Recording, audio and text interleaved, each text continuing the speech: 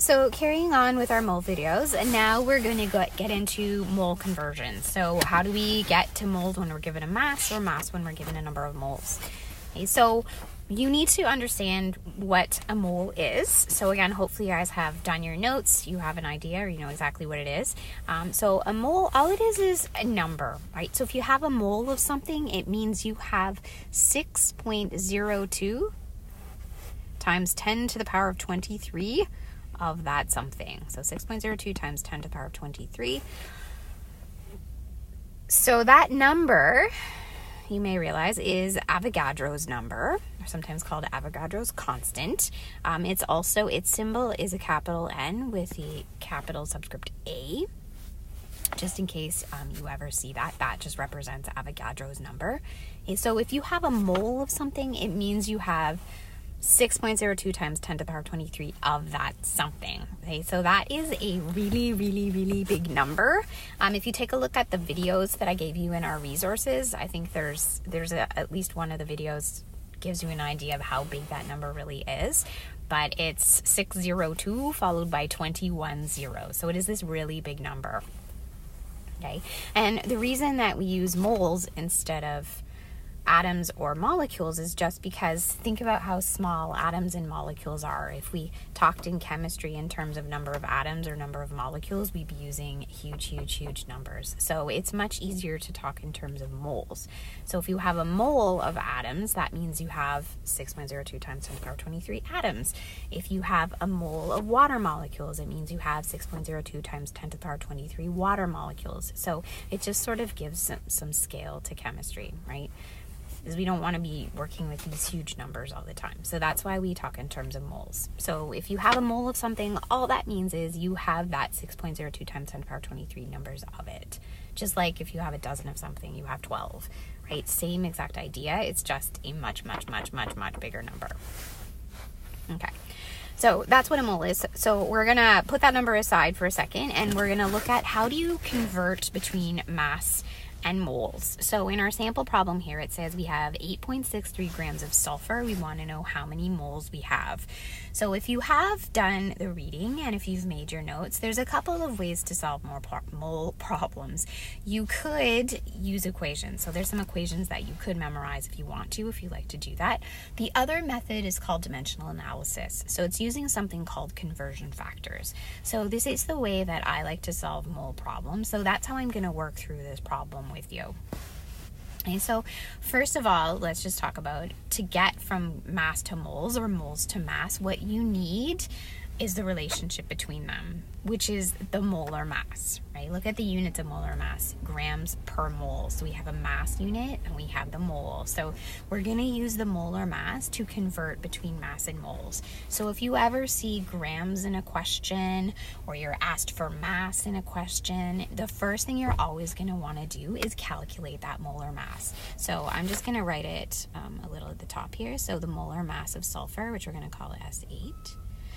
That's going to be 8 times the molar mass of sulfur. So it's going to be 8 times 32.06 grams per mole, which works out to, I hope, 256.48 grams per mole. So that is the molar mass of sulfur. So what I'm going to do now is I'm going to take that molar mass and I'm going to convert it into a ratio or a fraction or something that I'm going to call a conversion factor. So all I'm going to do is I'm going to take that number and I'm going to write it two ways, both as a fraction. So I'm either going to have 1 mole over 256.48 grams, or the other way around, 256.48 grams over 1 mole. Okay, so I just took the molar mass and I wrote it as a fraction. Because remember, the molar mass is the mass of 1 mole of that element or compound, whatever it is. Okay, so I just wrote the molar mass as a fraction. I wrote it as 1 mole over 256.48 grams for sulfur, S8, or I flipped it around. So top and bottom, they're equivalent, right? 1 mole of S8 weighs 256.48 grams, or has a mass of 256.48 grams. Okay, so all I did was I wrote the molar mass as a fraction, basically, with moles on top for the first one and moles on the bottom for the second. So I'm going to use those conversion factors to help me solve this sample problem. Okay, so when I'm solving a problem, always what I do is I start off by writing what I have from the question, what I've been given. So we have 8.63 grams of S8. So I'm going to write that down.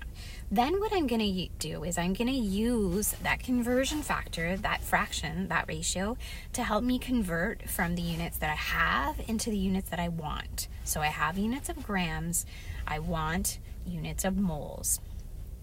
Okay, so if it helps you think of that 8.63 grams as 8.63 over 1. Okay? And what I want to do is I want to get from units of grams into units of moles. So I want that gram unit from the 8.63 to cancel out, which means that I have to have grams on the bottom of my conversion factor. So I'm going to use the conversion factor with grams on the bottom and moles on top. Okay, so in your conversion factor, what goes in the bottom are the units that you've been given and want to cancel or get rid of. And on top are the units that you actually want your answer to be in.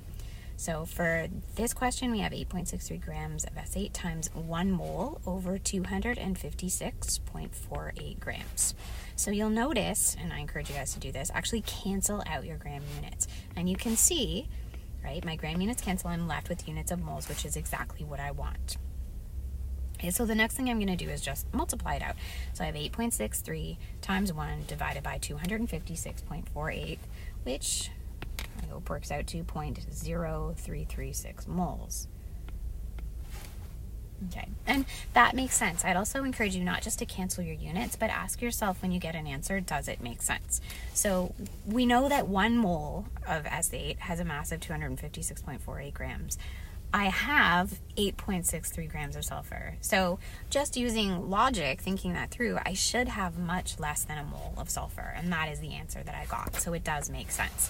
So always think, does this answer make sense? Because if it doesn't, it could be that your conversion factor is flipped.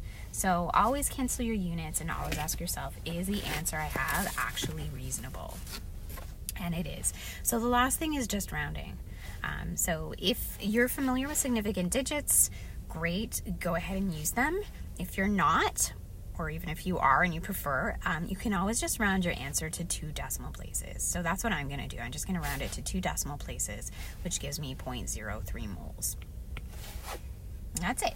So again, just to review, whenever you are either given a mass or you're asked for a mass, the first thing you're always going to want to do is find your molar mass. So the first video went over how to do that, so you can review that if you need to, but always take your time with that. Make sure you get that number right.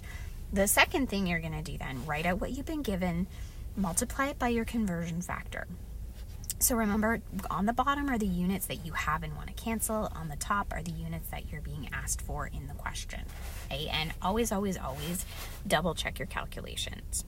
Okay, for the next video in the series, we're going to go the other way. So what happens when you have moles and you're asked to calculate mass?